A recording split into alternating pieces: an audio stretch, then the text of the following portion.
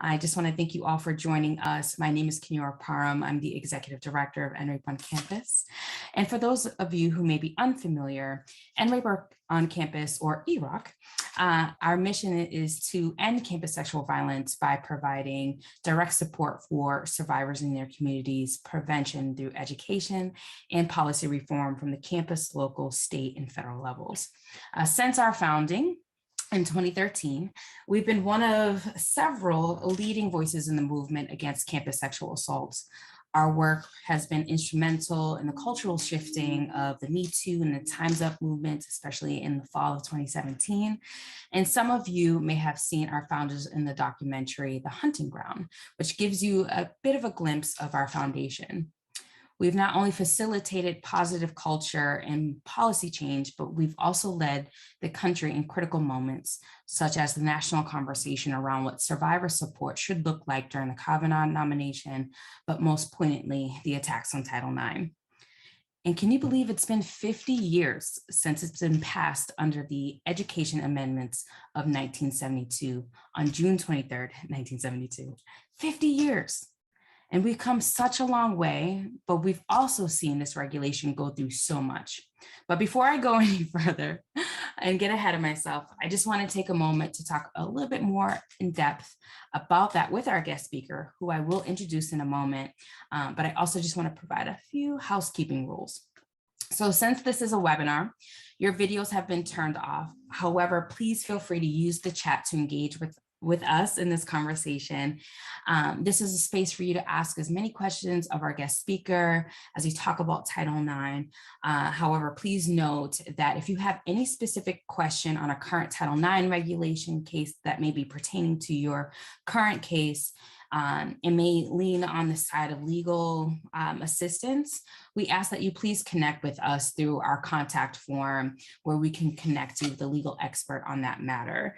And I will drop that link in the chat for those of you who are joining in with us on Zoom, as well as for those of us who are joining in on our Facebook Live. And should you hear any wisdom nuggets, gems, words of advice, or any new information, especially from our guest speaker, please feel free to tag us on Twitter or Facebook at our handles at NRAPE on Campus and at Sherry Boschert, which I also put in the chats as well for you all to engage with. This conversation, as some of you may know, is being recorded and has been added to our social platforms, which we'll make available to you as well via email. We also hold the right to remove anyone who Zoom bombs or displays any victim blaming behavior. I have no tolerance, and EROC has no tolerance for any type of violent rhetoric or references on this call. You will be removed. So just fair warning on that. So now on to our guest, Sherry Boschert. So Sherry Boschert is an award-winning journalist and author of 37 Words, Title IX in 50 Years of Fighting Sex Discrimination, a sweeping history of the non-discrimination law known as Title IX. And that was published by the New Press just yesterday, April 12th. So yay! Yay! Her first book in 2006, called Plug-in Hybrids, The Cars That Will Recharge America, helped establish the current generation of electric cars. Among her many honors, she received a Distinguished Service Award from the Society of Professional Journalists for her efforts to promote equity within the news industry. She now lives in New Hampshire after 40 years in the San Francisco Bay Area. And you can read more about Sherry in her current book on her blog at 37 Words at sherryboschert.com, also in the chat. Or you can also purchase the book from your favorite bookseller, and we're also dropping the link for that as well. I am absolutely excited for this conversation with you, Sherry. And first off, I just want to say, as we kick things off, like, how are you? How are you doing? Thank you, Kenyora. It's really lovely to be here with you. I appreciate the invitation. And hello, everybody out there. Nice to see you too. I'm doing well. I'm a little bleary-eyed. Yesterday was my official book publication day, which is always a highlight for an author. Had a couple of events yesterday, one with journalism students at San Francisco State University, one here at a local bookstore. I'm kind of on cloud nine and a little tired at the same time, but totally jazzed to be here to talk about end rape on campus and about my book and about the history. Absolutely, absolutely. Well, let's dive right in, right? Let's talk a little bit more about 37 words. You know, what was the inspiration behind picking Title IX as the topic? Yeah, and I'm hope to say this multiple times during our chat, but I want everyone out there to know that if you buy the book before May 1st and you forward the receipt to me at title9book@gmail.com, that's titleixbook@gmail.com, I will donate 20% of the cover price to End Rape on Campus. Seems like a pittance, but it can add up. That represents whatever my share of the royalties from the book might be, doubled by me. Alternatively, if you love End Rape on Campus like I do, you can donate $100 to them. And again, forward the receipt to me at title9book@gmail.com, and I'll send you a free book if you give me your mailing address. So keep that in mind if you haven't ordered the book yet, or even if you have, you know, up until May 1st, send me the receipt and we'll throw a little change EROC's way, okay? Thank you, Sherry. So, you're welcome. So the impetus for this book, well, I'm a longtime journalist. I had mostly been covering medical news for 23 years. But in the 2000s, around 2006, I wrote my first book on electric vehicles, because with the climate crisis, it was really clear that this is one of the big changes that needs to happen. And I feel like it made a difference. One enthusiastic reader sent a copy to every member of Congress. And one of those readers was a young senator named Barack Obama. I even asked him for a blurb for my book. Didn't get one, but he pretty soon was president. And he had the most EV positive policies that we had seen so far. I'm hoping 37 words might do the same. I'm about to organize a campaign to try and get a copy of the book to every member of Congress again. They need to know Title IX. They need to understand its history. So I'm assuming everyone on this chat knows what Title IX is, but let me just say in a nutshell, it was a law passed in 1972 that prohibited sex discrimination in education. And people of my generation, and I'm 65, we knew it mostly as a law that got girls into sports. When I was in high school, there were no girls' sports. There might have been a tennis team, but certainly no team sport. I didn't learn about Title IX until the 1980s, long after I had graduated from college, even though I was one of the women who helped co-educate a formerly all-male college, Amherst College in Western Massachusetts. And even then, I didn't hear of Title IX, but I got recruited by the coach to play basketball. She wandered the halls of Amherst College and went up to any woman she could find and said, "Why don't you try out? Why don't you come play?" Because they had to start somewhere, right? So I didn't know anything about Title IX then. And it's the sad truth today that most students and many faculty and many administrators still don't know Title IX, and they don't understand it. But it has changed our lives in these last 50 years in so many ways. What pushed me to want to write the history was along about 2013, 2014. There were young activists on college campuses rising up to make a big deal about stopping sexual assault on campuses. Two of those were the co-founders of End Rape on Campus, Andrea Pino Silva and Annie Clark. And there were news articles. I saw one in the New York Times, and I thought, wow, this is impressive activism. And there had been several books written about Title IX before that, and they were all about sports. They didn't touch any of this.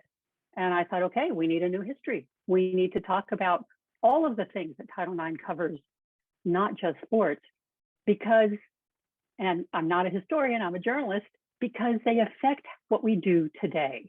Current events, we're replaying some of the same discussions and arguments that we've been having for nearly 50 years under Title IX. We need to understand that if we're going to move forward. Absolutely, absolutely, Sherry. And for me, I was very appreciative of your book for I'm also a survivor myself, and I didn't even know about Title IX in my undergraduate or even graduate years. And I, was in school during the time when Annie and Andrea were truly leading the charge with EROC, and still not knowing. And so a lot of your book has helped me to fill in some of those gaps there. But you didn't just focus on the early years. And as you mentioned, you did talk about EROC and its foundation, how Title IX became a law, but the whole 50 years of Title IX history. Why did you talk about this on such a broader focus? Well, it took me a while to decide, it's a huge topic with a cast of millions, right? And you want to be able to focus down a book to a story arc and that will keep the reader turning the page and give it a focus while imparting whatever information you want. Very early on, when I hadn't even quite mentally committed to this book yet, but I went to interview a woman named Bernice Sandler, who, as I found on the internet, was widely referred to as the godmother of Title IX. And luckily for me, she was in Washington, D.C. At the time, she was 86 years old, and her whole life from 1969 on was connected to Title IX. I happened to be going to DC for work, and she was kind enough to let me come over, and she gave me 5 hours of video interviews. As a journalist, I made it a point to video record any of the interviews I could. I mean, I did nearly 100 interviews, many of them by phone, but every time I could, I did video. And I'm happy to say that the sports channel ESPN, which will be doing a 4-part documentary on Title IX to be shown in June, they're using some of my video. And that's exactly what I did it for. Because unfortunately, Bernice Sandler has since died at age 90, and several other people I interviewed have died. That's one reason I started when I did, because I realized these people are getting old. I need to go talk to them now. And I was fortunate enough to be in a position where I could leave my job and just focus on the book, and I'm glad I did. I'm semi-retired. I had the financial ability to do this. I'm a middle-class white woman in America. I had the resources. So I did that. But I want to give viewers just a taste of Bernice Sandler in her own words to show you how Title IX started. It wasn't about sports. It wasn't about sexual harassment and assault. Let me show you how it started. I'm going to share screen. We're going to go here.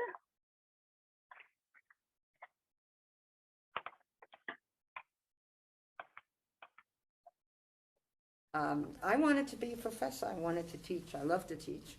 I got into women's issues because I was teaching, a course or two all the time. I was getting my doctorate at Maryland in the School of Education, and I love teaching. And finally got my doctorate and was still teaching, and they had 7 openings and didn't even think of me at all. It wasn't even considered.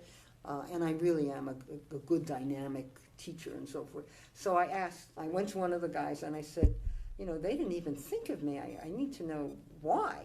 And then he said, without skipping a beat, let's face it, Bunny, you come on too strong for a woman. And I went home and I cried.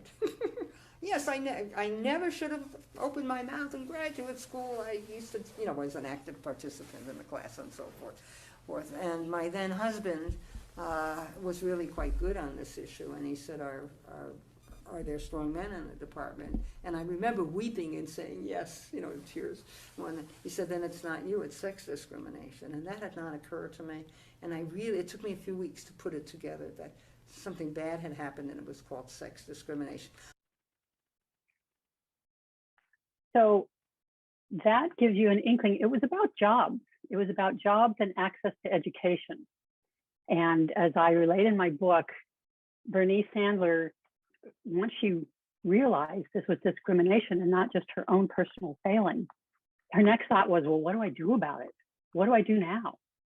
And I'll leave that story to the book, but she eventually connected with others around the country. The women's movement was in full swing. The civil rights movement was churning. Other social movements were happening. And through talking to her and others, and I'll share a couple other videos later, I realized, Title IX didn't bring the changes in our society where we now have women as professors and as college presidents and as lawyers and doctors and engineers and Olympic athletes. Title IX didn't do that. The social movements behind them did that. And social movements are people, cast of millions. So I wanted to find a way to tell the story of Title IX that reflected these social movements, which are still going on. Civil rights movement, I cannot stress how much that influenced the women's movement and brought us Title IX, the women's movement churning, the movement for disability rights, the LGBT queer rights movement, all of those, the movement against sexual assault, all of those were happening. And through the people that I interviewed, I focused down on 3 characters whose lives intertwined with Title IX for nearly the full 5 decades. And through their stories and their experiences and their tales, I relate the Title IX story without just throwing a bunch of facts and figures at you, and information dump download that would have put you to sleep instantly. I hope, I've been told the book's a page turner, you decide, but we focus on these people. And through their stories, I was able to show this 50-year arc, which if I had only shown the last 10 years, you wouldn't have gotten it. And just one example, when the student activists were rising up, 2009, 10, 11, 13, 14, and beyond, they kind of pushed and shamed the Office for Civil Rights under President Obama to clarify. They pushed the schools to deal with it. And the schools, as they did with sports and many other topics before, they said, we don't know what you're talking about. Spell it out for us. Give us more detailed rules so we know what you want. And so the Office for Civil Rights in 2011 did that. They clarified the rules. And even though the rules weren't really different than what they'd been saying before, it was just more detailed, there was a backlash to this whole student activist movement. And part of the backlash involved right-wing players who were not of goodwill, basically putting out racist tropes, saying, it's all Obama's fault. If it wasn't for him, none of this would be happening. He screwed it up. If you look at the 50-year history, you can so easily see how that wasn't true. That was just playing on fear and prejudice.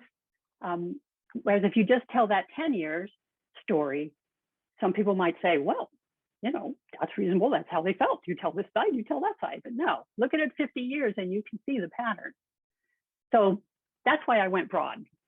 Absolutely. I think having the history is so important in order to not only derive and learn and understand what those who came before us have done, but also to learn from that in even just the present day where we know Title IX is on the horizon again as for another revision, but also history is important for us to define what it means for the future generation. And we have to understand that history. So one, hopefully we don't repeat it, or if we do repeat it, we're repeating the good things.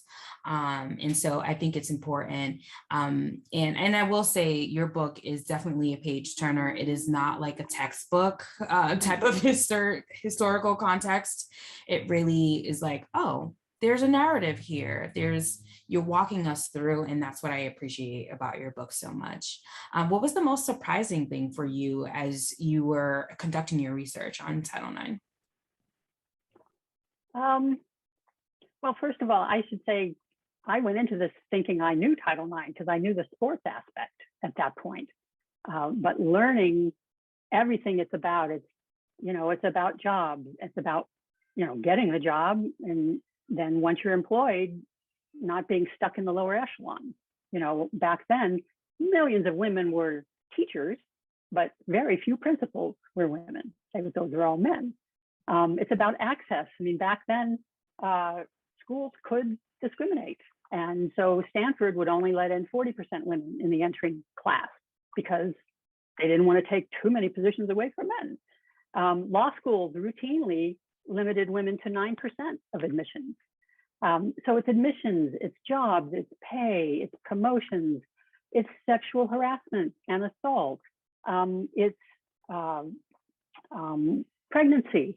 If you're pregnant, up until there, and it still happens now, but up until pretty recently, schools will just push a pregnant student out of school. Well, we can't have you here, and deny her of the education that she's deserving of. It's about vocational education and training. Back when I was in high school, girls had to take home ec. I flunked sewing, and we could not take shop. Boys had to take shop or automotive or something like that. That's just such rigid gender stereotypes, and Title IX said, no, that's not good enough. There were some great studies done in the 1970s because a law called the Women's Educational Equity Act, WEA, which was sponsored by Representative Patsy Takemoto Mink, who was the first woman of color elected to Congress. WEA was the carrot, whereas Title IX was the stick. Title IX says you can't discriminate, and if you do, we're going to take away your federal money. WEA said, we're going to give you some money so you can make things better and help get rid of sex discrimination in things like the books that students read. The National Organization for Women did a study back then that showed that women mentioned in grade school primary readers were pretty much limited to housewife, mother, or witch. I mean, those are your choices, right? And so there's a lot of different aspects to dealing with the sex discrimination in education. I mean, Bernice Sandler said, when she was growing up, which was the 1930s, 40s, it was just so common and accepted that only boys could do certain things and girls couldn't, that she didn't see it as discrimination. She said it was like the clothes you wear. You just don't question it. And over time, the movements have helped us see the things we didn't see before. And through Title IX, every younger generation sees things that we didn't see before. Whether it's the totally total failure of institutions to deal with sexual harassment and assault, or the transgender rights movement. New things come up all the time, and I'm excited to see what comes up next. Once you have a right, then it gets applied in whatever the current generation needs to apply it. So that's what surprised me the most, I think. Absolutely, absolutely. And you've shared Bernice Sandler story throughout the book, and you also showed a little snippet of a video, but you also make it a point to introduce folks to the lives of other people and several, key figures who've been a part of this, especially as Title IX activists, organizers over the years. How did you choose from a huge selection that I'm sure was probably a bit overwhelming? But what did you walk us through of how you were able to choose folks as part of this? Sure. Well, knowing the main streams of Title IX in this river of history kept me looking for who's going to represent that stream. So I had Bernice Sandler representing the jobs and access stream. And then I kept looking for through whom am I going to tell the story of Title IX in sexual harassment and assault? Who's going to be my person to tell the story of athletics? Will there be others? It would have helped if someone had that full 50 years experience. And I was fortunate to find these three people. And then I have, the three people are in the whole book. And then in the latter part of the book, in the last 10 years, I have what I call major minor characters. Andrea Pino Silva, co-founder of EROC, is one of them.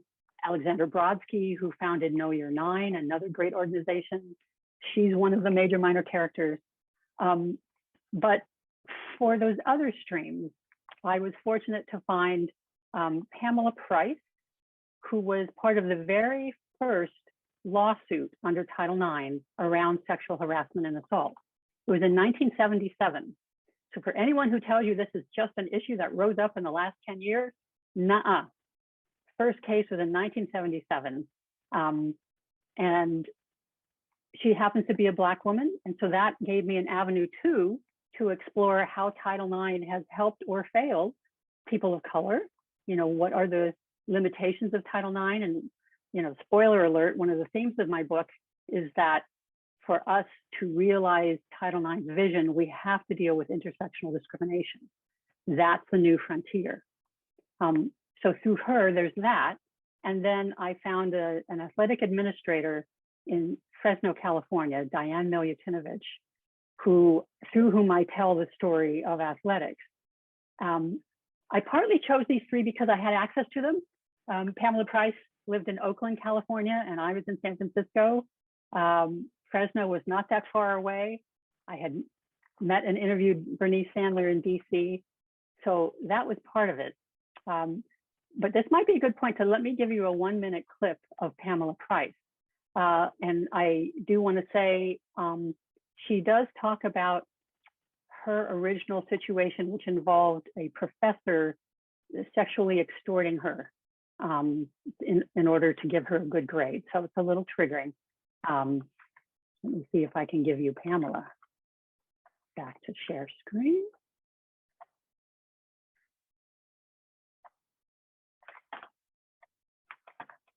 And we'll go to the next one.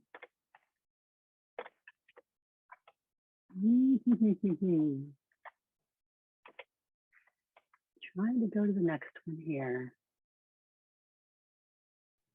Take your time. There we go. Okay. He's dropping these clues and I'm totally oblivious. I'm just like, yeah, I don't want to see. That's great. I hope it's not a C either. But then he starts to repeat it. Well, I really, really would hate to give you a C. Okay, I don't want to see. I really, really, really would hate to give you a C. And I'm saying, I don't want to see, and finally he just says, well, will you make love to me? And again, I had no frame of reference. All I could think was no. No, I'm not. And so I remember just sitting there saying no. And, trying to process it in my own mind and just continue. All I could say was no, no, but not with any force, just really no. Probably by the time I got down to the bottom of the stairs, I'm thinking, I'm going to get a C. I didn't sleep with him. I got angry. I got confused. I didn't know what to think. So that's Pamela Price. And I will say that she didn't sleep with him, and he did give her a C. It was the only C that she got at Yale University. And she, right after that incident, went to work at the African American Cultural Center, where she worked part-time. And the director there had the foresight to have her sit down right then and type out a letter about what happened. And he sent her with a football player named Kevin as a witness to deliver that letter to a dean. And had they not done that, we might never have had Alexander v. Yale. Pamela Price was one of 5 female students and 1 gay male professor to file this lawsuit. And at the time, they had no idea if it was going to work because this had never been done before. They didn't know if a judge would agree that Title IX prohibits this kind of behavior. The first judge did, fortunately, rule that yes, sexual harassment is not allowed under Title IX, but he then kind of eviscerated the case. He tossed out all the other plaintiffs on technicalities except Pamela Price. And a different judge who took over turned it into a tort case. The students and professor who had sued, they basically were asking that Yale create a grievance procedure and a policy against sexual harassment, which they didn't have, and no other college and university had one pretty much either. That's what they were asking. The judge instead said, no, this is a tort case, which means you're saying you've been harmed. Prove to me you've been harmed. If you can't prove it, you've got no case. So they reduced it to 1 young Black female student and her word against that of a white male professor. Guess who won? The suit did not succeed, but within 5 years, hundreds of colleges and universities started to have sexual harassment policies and grievance procedures. Its legacy is rich. So through Pamela Price, I got to explore all of that and the nuances of intersexual discrimination. Absolutely. And I'm so appreciative for you in terms of incorporating her voice and many other voices of those who identify in a number of different intersectional identities. And especially with Pamela's case, I think one, she was also fortunate to just have the support from someone who just like, no, we need to do something about it. So for those of you who are tuning in and watching in, if you are that person that a student or someone comes to you, first listen to them, believe them, see what it is that they need, what type of support they need, and encourage them to do what's in their best interest, because it's not something that a lot of folks tend to get and tend to receive. And so and I think if she didn't have that, where would we be right now in terms of Title IX in the policies that colleges and universities understood needed to happen and needed to be in place. So thank you for sharing that video with us. In your book, you've also mentioned that we could almost call the movement against sexual violence a character in itself. Can you talk a little bit more about that? What do you mean by that? Yeah, sure. Well, like I said, the more I worked on this and wrote about it, it was clear that the really important characters, the drivers of the action were these movements as much as the individual. And this was an eye-opener for me. I mean, I didn't learn anything about this when I was in college, and I didn't go to graduate school. I've been a working journalist most of my life. But to learn how rich and strong the activism was before these last 10 years, when I became aware of it, was amazing. I mean, it goes way back to, Civil War years, when a transgender woman who was formerly enslaved testified before Congress about sexual violence. It comes up through Rosa Parks and others rallying around C.C. Taylor and sexual violence against Black women and falsely accusing Black men of raping white women. Then you have in the late 1960s, 1970s, in the women's movement, there was a big groundswell, and women just started setting up rape crisis centers all over the place. These were not set up by governments for the most part. These were just activist women saying, we need to help each other. In the 1980s, Sandler by then was working for the American Association of Colleges, and she was the director of something called the Project on the Status and Education of Women. And in the 1980s, and throughout much of her career, she basically traveled around to different campuses because that's where she could hear things. And she would talk to people, and then her project would end up writing white papers about it so that people in education would realize, we see this problem now, we're going to name it so we can change it. And in the 1980s, a lot started to come out about what they ended up naming gang rape on campus. A lot of it at fraternities, some by sports teams. But in a very short amount of time, she came up with 50 examples at fraternities alone. Now, at the time in the 1980s, if you took all those college fraternities that existed and put them in one state, it would be a small state about the size of Vermont. And if you had 50 gang rapes in that size of state, someone would say, there's a big problem here, right? But a lot of people just didn't put that together. And so from then into the 90s and the 2000s, there was a lot of activism around it. And then we get to 2011, when the Office for Civil Rights gives more detailed instructions for how educational institutions need to deal with this to prevent it and to deal fairly when it does happen, so that no one loses their access to an education. I suspect a lot of our viewers know this, but I want to spell this out for those who don't. Why does Title IX, which is about sex discrimination, how does that apply to sexual assault? Because usually we think, well, discrimination, you're not paid as much, or you don't get the job, or whatever. But here's what happens if you are sexually harassed or assaulted and you're traumatized. what often happens, and this happens to men and women and non-binary people, if you're traumatized, it's hard to focus.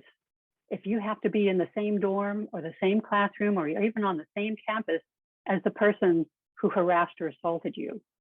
And if you go to help, to the institution for help, and they don't do anything, then often the victim ends up dropping out, which means they're being denied their education that they deserve. That's not fair. And for decades, institutions said, you know what? It's a personal problem. Go deal with it yourself. That's discrimination, because the person being sexually assaulted should not be the one pushed out of campus. Title IX is not, even though there's recent attempts to make it a criminal procedure, it is not a criminal procedure. It's a civil law. Basically, you're trying to figure out what was most likely to have happened, and then how do we keep someone from losing their education because of what happened to them? That's what it's about. It uses a different level of evidence for making decisions. It's, is this more likely to have happened than not? And if so, we need to figure out some way to help this victim. If it's a criminal matter, then they use a higher bar. They use, you have to have beyond a reasonable doubt of evidence. And that's because the penalties are much higher. You could lock the perpetrator up. You could take away their liberty. That doesn't happen with a civil case. There's different modes of evidence, even though, especially under the Trump administration, they changed the rules to make it more like a criminal procedure. So that's just a little wonky sideline there. But that gives a sense of, the whole movement against sexual violence and how it brought us here and is still going on. And, is one of the most exciting bits of progress, I think, in the last decade, that in a very insufficient fashion so far, we are dealing with it. There are so many signs of hope. There's cultural change happening. Bernice Sandler, when they got Title IX passed, she thought, great, sex discrimination will be gone in education within 2 years. And of course, that didn't happen. So then she extended it to 5 years. And then she said, well, 10 years. And then she finally realized, this will be longer than my lifetime. And here we are after her lifetime. Culture change is hard, but it's happening.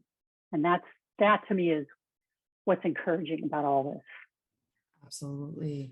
And one of the things I wanted to go back a bit on is what you had referenced and made a metaphor to is if you take all of the fraternities at that time and place them in Vermont, people would definitely take notice of like, oh my gosh, we actually have an issue. And I think a lot of what you spoke to in that really resembles that of the founding of EROC. And our founders wanting to make sure that students, one, understood that what was happening in the experiences they were enduring wasn't just a siloed experience. This is actually a public health crisis. This is a nationally wide epidemic that needs to be addressed. And a lot of students don't know their rights. They don't know Title IX. They don't know that there's policies and procedures that a school can and must and actually is obligated to carry out under Title IX, even to this day. And so there's still a lot of work that needs to be done because you're right. This is a cultural pandemic, endemic, global, I don't even want to call it a phenomenon, but it's definitely something that is unfortunately seems to be embedded in just human nature, for lack of a better way to describe it. But I do believe that human nature, as we are able to evolve over time, we also can make sure that that change occurs where people understand how detrimental sexual violence is overall and not just on campuses. One thing I also wanted to bring up is around intersectionality, and we spoke a little bit about this a little bit earlier, but for me, especially at EROC, our initiative that ties our 3 pillars around direct support, prevention, education, and policy reform is really that encompassed on our centering the margins framework, which through that framework, we aim to center and amplify historically excluded and systemically marginalized students who, throughout this ever-growing national conversation about sexual assault, are often left out of that conversation. And so we truly aim to not only provide them with culturally competent resources, especially for women of color, LGBTQ students with disabilities, students who may be undocumented or may come from low socioeconomic backgrounds. I really just appreciated the fact that in your book, you made it a concerted effort to talk about intersectional discrimination as a true major theme of your book, not just as like one chapter or a sentence or a page, but you really made sure to weave that in. And so I really want for you to share with me and with our attendees, why was that important to you? And how does intersectional discrimination really play out in Title IX when we're talking about sex-based discrimination? Yeah, one of the things that drove me to it, and this, I will admit, this was a big education for me, to really start to read more about all this and understand intersectionality and everything. Every 5 years when there's an anniversary of Title IX being passed, much of the press coverage is celebratory. Look how much has changed. Look how great things are going. Look at all these Olympic athletes who are women. And it's really only in the last, 10 and maybe 20 years that others have spoken up saying, well, wait a minute, it has helped some people more than others. So I started to pay more attention to who is being helped and who's being maybe helped, but also left behind at the same time. It's one reason I picked Diane Milutinovich to tell the story of athletics, because Fresno State, it was different than the powerful halls of Congress that Bernice Sandler moved through. It was not the elite East Coast universities that Pamela Price was at Yale and some of the other activism arose from. Fresno State was a state university in a pretty rural area with a much more diverse student population. At the time in the 1970s, it had one of the highest percentage of disabled students because it had a flat campus and you could get anywhere in a wheelchair. So talking to Diane Milutinovich, not only let me tell the story of sports, but to look at how did Title IX play out in a setting like that? And how is that different from other places? I learned a lot, and as you're supposed to have an argument in a book. What is it you're trying to say? Me, I'm just happy telling the stories. But when I thought about, what is it I'm trying to say, it's that our next frontier is dealing with these intersections of discrimination. Because if we're not helping students or faculty of color as much as we're helping white students and faculty deal with sex discrimination, then you can't call Title IX a success. We have to move through that. This is a good time, I think, to share with you just 1 minute from Andrea Pino, one of the co-founders of End Rape on Campus, who talks a little bit about what it was like for her with her background. She's Cuban American. Let me see if I can share screen once more.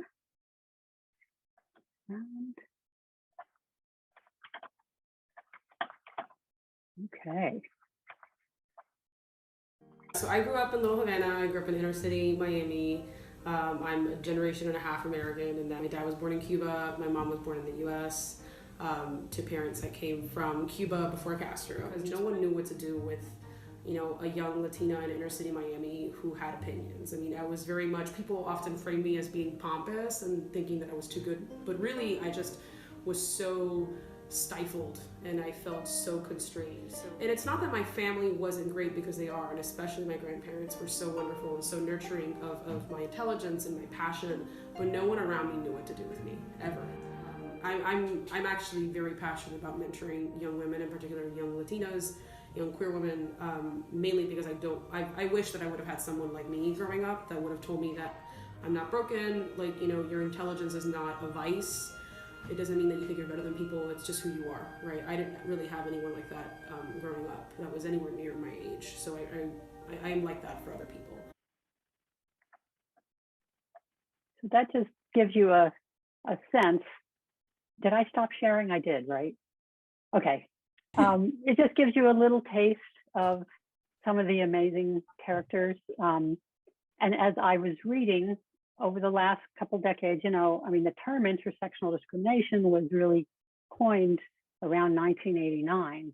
And you younger generations, you have a better understanding of it than people of my generation did. You've heard the term more, you know what centering the margins might look like. But when people talk about how do we deal with the epidemic of sexual assault on campus and lots of other problems, they bring up terms like, social justice feminism, which is another term for centering the margins, or critical race feminism. If we focus on, how do we apply Title IX or make Title IX work for the most vulnerable populations, the most vulnerable people, if we can get it to work for them, chances are it's going to help everybody else. And that, that gave me an endpoint focus for my book, because I think that's the next frontier. Mm-hmm. I will say, I think it was your predecessor as the executive director of End Rape on Campus. She, when I interviewed her, Jess Davidson, as with many nonprofits, for anyone who's ever worked for a nonprofit, there's a mountain of potential work and you'll never get to it all, but you do what you can and you just keep doing it. But sometimes she would feel overwhelmed. And then she would go to a public event, at a high school or a college and have a literature table. And two high school girls would come up to her and say, "Oh, End Rape on Campus, we have a chapter of such and such at our school." And she thought, I didn't learn about Title IX until I was in college. Here's high school students who already are aware of these issues. And at another event, two girls from junior high came up and said something similar. And she just thought, the change is happening. The change is going to happen. So you just got to keep going at it. And I appreciate people like you, Kenyora, who keep that change happening and guide the rest of us so ably. I want to repeat for people, if you buy my book before May 1st and you send the receipt to title9book@gmail.com, I'll give 20% to End Rape on Campus. Or if you donate 100 to End Rape on Campus and give me your mailing address, I will send you a free book. They're worth supporting. I hope you do. Well, thank you again, Sherry. Thank you. Again, I just want to reiterate too how important history is, and the fact that we're able to continue to uplift that history while also talking about what needs to be done here in the present, especially for our younger generation. It saddens me that we even have to have conversations in the K through 12 space, but it's most important. But it also is it's a challenging space as well as it is in higher education to talk about Title IX and other intersectional anti-discrimination policies as well. Before we end and I get to my last couple of questions, what are the top two things that you'd like readers to take away from your book? The top two things is that, as a little aside, I think the media are going to do a better job this year of covering Title IX's anniversary. I have seen more coverage questioning where Title IX has not been successful, so that's good. So the first thing I want readers to remember and understand is, it's not Title IX, it's the movements behind them. Title IX was a tool. It was a really great tool. It was better than the tools we had before. I mean, whereas before we maybe had a stick to navigate in the river, and then someone made a better rule and we had one paddle. Title IX gave people a full set of oars to navigate the river of change, and people rode hard with it and made that change. So it's movements.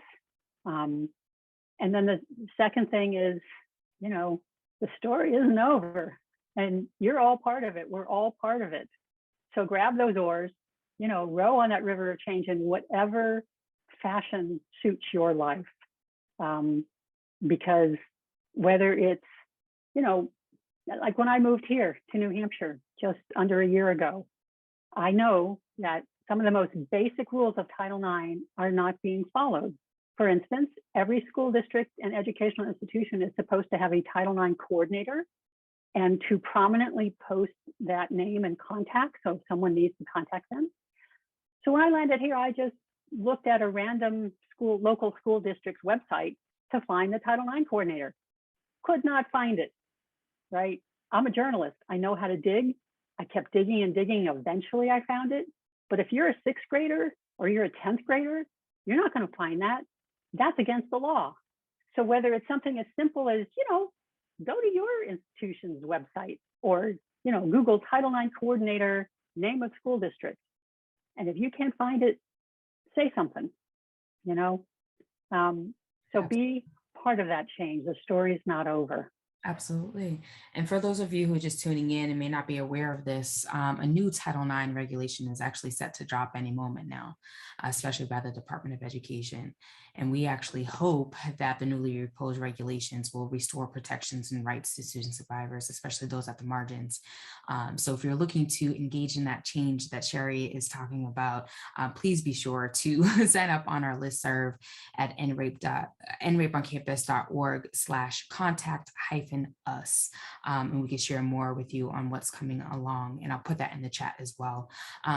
But as one of the final questions I have for you, Sherry, with regard to the impending Title IX regulation, how do you think the book can contribute to Title IX related developments this year in schools, in Congress, or elsewhere? Well, its main purpose is to educate and maybe inspire. But if we're talking changes, you want to know that the people in that discussion understand Title IX and its history so that we don't make the same mistakes as the past, so we don't reinvent the wheel, so that we move forward with discussions. I mean, for instance, one of the ways that the history of Title IX and what was happening back then plays out today is in athletics. In the 1970s, when they were writing the regulations on how Title IX would be implemented, there was a lot of discussions. Well, what is fair? How do you do women's athletics in a fair way with men's athletics? And there were a lot of different scenarios discussed. And some of these same scenarios apply today to the question of incorporating transgenders and non-binary students into athletics. So in the end, they adopted the NCAA's model of we're going to split men's and women's athletics, and we're going to have these somewhat complicated, convoluted rules about who gets what, instead of just splitting the money down the middle, which was too much for people to take back then, or coming up with some other way. So one of the things they discussed back then was, maybe it shouldn't be divided by sex. Maybe we should organize athletics based on height or weight, or kind of like they do in wrestling. Or maybe we should have sort of the Olympic model or a swimming model where you have a men's and women's teams for college A, and they compete at the same time against the men's and women's teams from college B. And then you add up the scores for each college's teams, and whichever college has the highest combined score, they're the winners. That's an incentive to invest equally in your men's and women's teams. So it's a more nuanced discussion today because it's not just binary sex.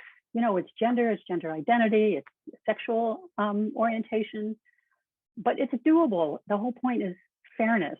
We want to find the fairest way, because just to use athletics as an example, if we as a society feel that athletics is an important part of education, every student should have access to it. That's the only fair way. So I would hope people would learn the history so it informs the debates that are happening today and whatever changes in rules and regulations we have going forward. Thank you so much, Sherry. It has been an absolute pleasure speaking with you about your book, For those of you who may want to see what it looks like, I have my own copy here. So does Sherry.